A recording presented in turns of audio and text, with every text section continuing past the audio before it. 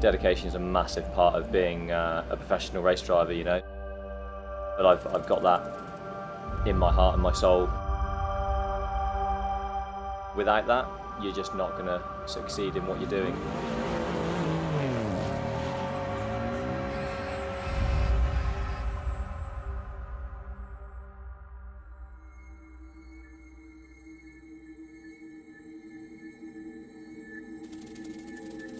Dedication is so important to get at the top level of racing. Just like any sport, any industry, it's vital. You're kind of only as good as your last race. You have to always work really hard. You have to improve yourself. You have to beat yourself every time you are in the car. The amount of time you have to invest on improving as a driver is huge. Yeah, I think racing it's my whole life. If I'm not racing myself, I'll be doing sim sessions or racing online a lot on the Gran Turismo or GT Sport.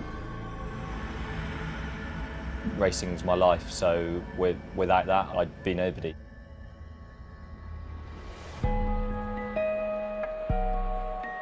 The parade at Spa is really special.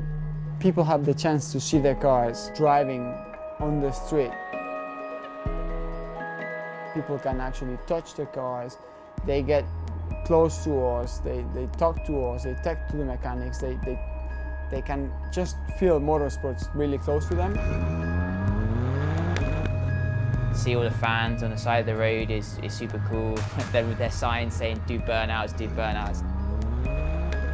These kids now asking for stickers, for pictures. You know, I'm one of these heroes, one of these racing drivers for these young people as a fan. It's very weird. I feel privileged and honored.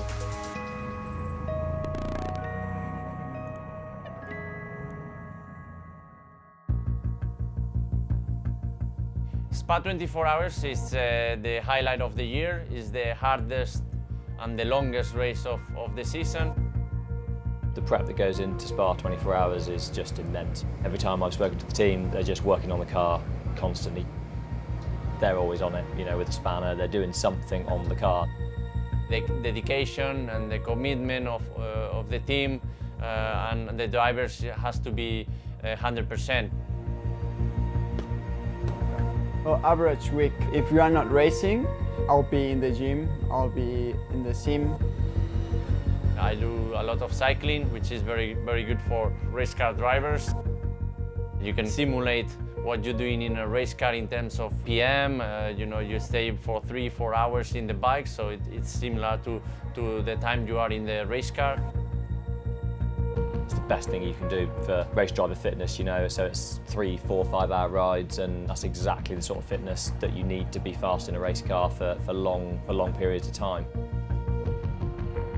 You have to train hard at home in your fitness. You have to train a lot with the team, test days, and everything has to go perfect. So dedication has to be 100%, and that's the way to succeed.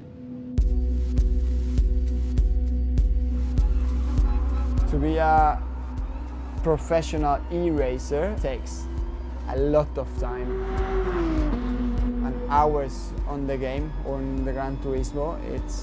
The level out there is mental. It takes the same amount of dedication that we do in the professional and the real life stuff as it does in the simulations in the gaming. You know, they've got thousands of people that they can race against. It's just great for the gamers. You know, they've got such mega competition, and you know that's naturally going to make them more dedicated. In terms of a competitive environment, in terms of you all looking for very small increments of time. It's not tenths of a second we're talking about, it'll be hundredths of a second. I think online racing is a pure motorsports level. Sometimes in racing, it's not the best drivers who are racing, it's just the ones who had the chance. That's why online racing is more difficult, because everyone has the chance to race.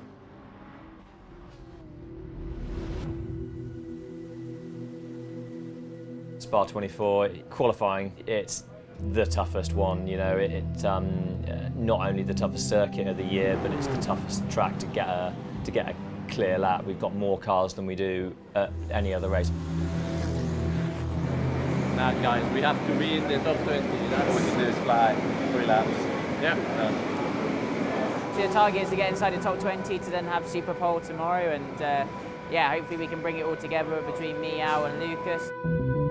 All the dedication you put in during the previous month on the focus, on concentration, on fitness, everything, all that work you've done during those past weeks, you have to put it together for one lap and to smash it. Lap 1 I got blocked, I got traffic. But then a clean lap in lap 2 and I just made a mistake.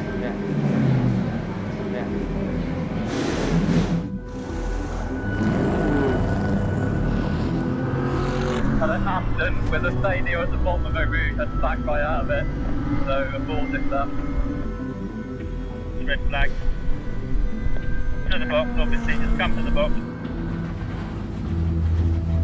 Al hasn't really set a time yet on the board, so hopefully they can recover this Aston quickly and get us back out. And Al can do what he can do. Got my motion on that.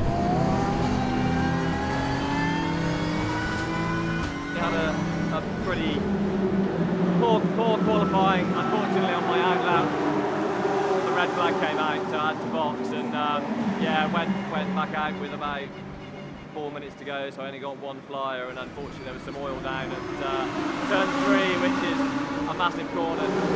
Lucas down there, he's just left the pit lane now, so if he can get a clear lap, we should be able to be in the top 20. So here you've got the Nissan, which is currently 21st on average and is 0.02 of a second away from being into the top 20. Can this car get into Super Pole? As a driver, during the qualifying, you have only one lap attack. The tire only lasts 1 or 2 laps if you are lucky, and you have to put everything together. The amount of time differential between being 20th and being 21st is minute. Traffic. Look at the Donya's behind the wheel. I fear he's not going to get into Super Pole. Okay, mate. Box.